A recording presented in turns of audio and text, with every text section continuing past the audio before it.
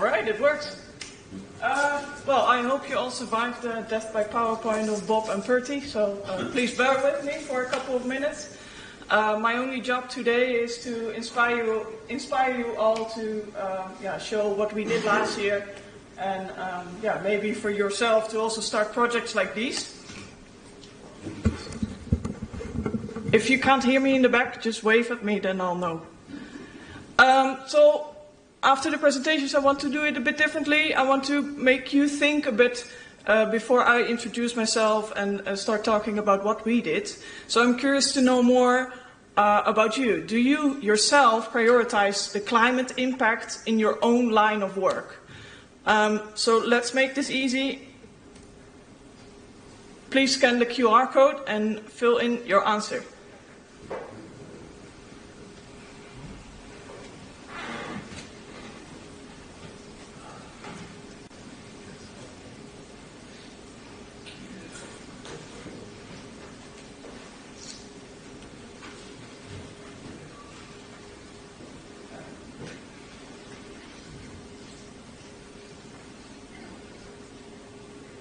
It's anonymous, so feel free to say whatever you feel like.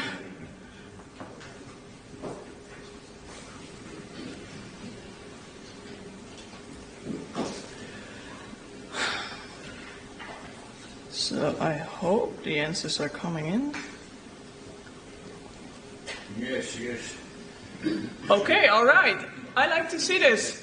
I see no one filled in that you don't consider it at all, so that's... Oh, okay. Well, I'll search for you and I'll find you. Anyhow, I really like to see this. I think we already passed the point where every company has some sort of sustainability objective, right? Everybody does now, but it might not permeate through all of your work, and that's logical. Not for everybody, sustainability should be the largest topic that they're working on. But I'm really glad to see that at least almost all of you consider it, and even some of you consider it to be a top priority. So we did a lot of work last year to help you out on this, to help you prioritize climate impact a bit more. So.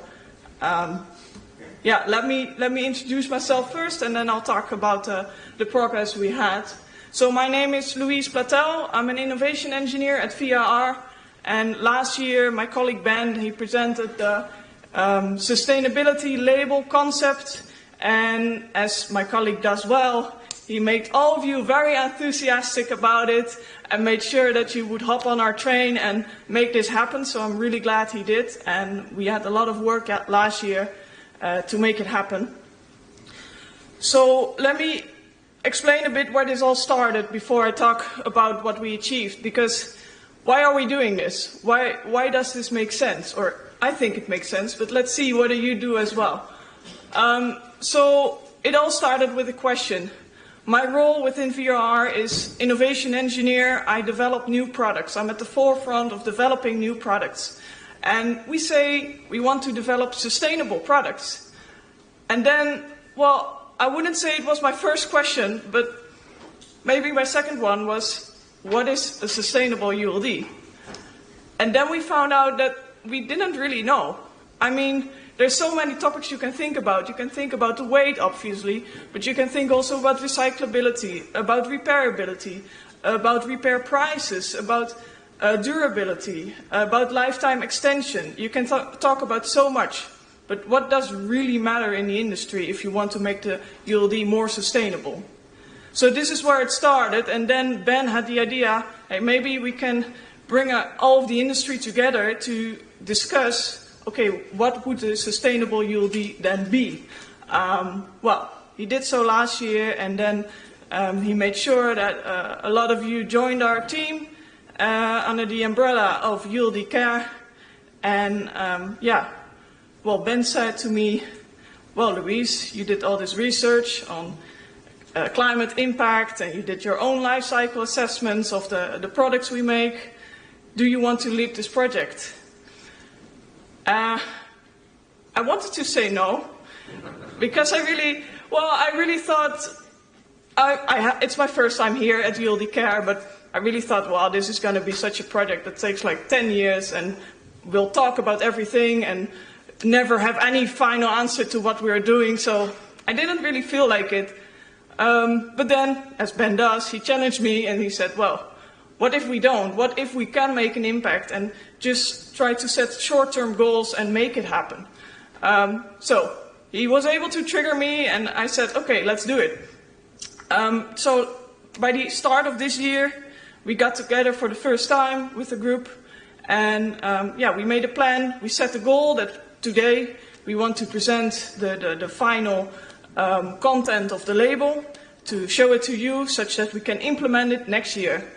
That was the goal. We made a plan, and we agreed on a plan with the whole team, and from there on we just got to work. We had regular meetings. We first started to diverge, think of as many ideas as we can. Then we went down together to find out, okay, what can we really do on this short notice and what will work. We also involved some sustainability experts in here as well, such that we would really have a foundational view of what we're presenting. So I'm very proud of the team to be able to show you the first concept of the climate impact label today. This will be a sticker you can put on any container. To be fair, the climate impact label is only focused on AKEs for now.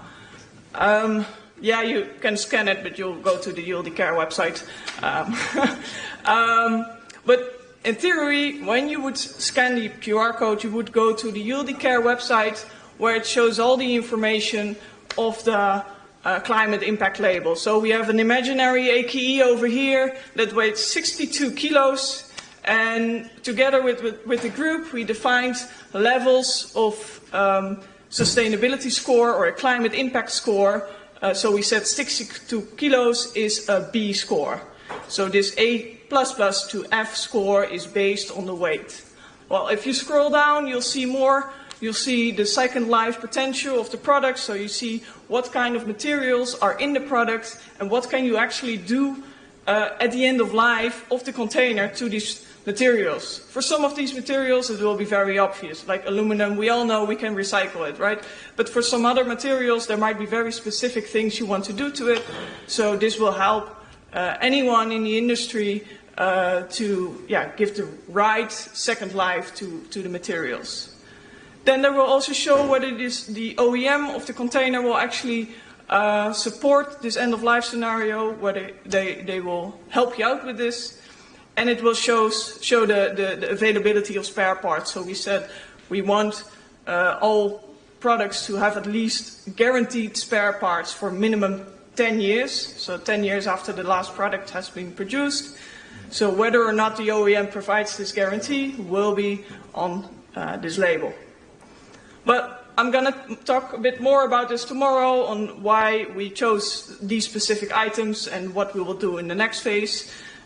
So join us tomorrow at the ACH Congress to learn a bit more about that. But now I want to finish off by thanking all of the team who worked on this, because it was not an easy task and we really did it together. So we had Rishani from MSafe and Nordisk. We had Charles Drummond from Avius ULD. We had Dennis Dermtreuder from Palnet. Lawrence Ricks from Satco. Ben and me from VRR. Then we have Jos from ACO Airshop, Terry from Air Canada, Willem-Jan Lohmans from KLM, and Kelly Beville from United. I really want to put the spotlight on them, because without them we wouldn't have been here. So I'm really glad that we got ourselves together and we made it happen.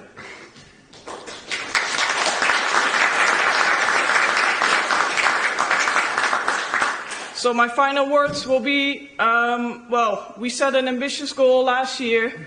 Please do the same. We can achieve so much together, and I know it's a cliche, but let's just do it. Let's think about what we dream about together, and let's make these dreams happen.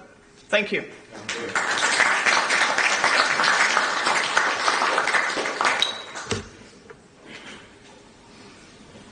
Great presentation.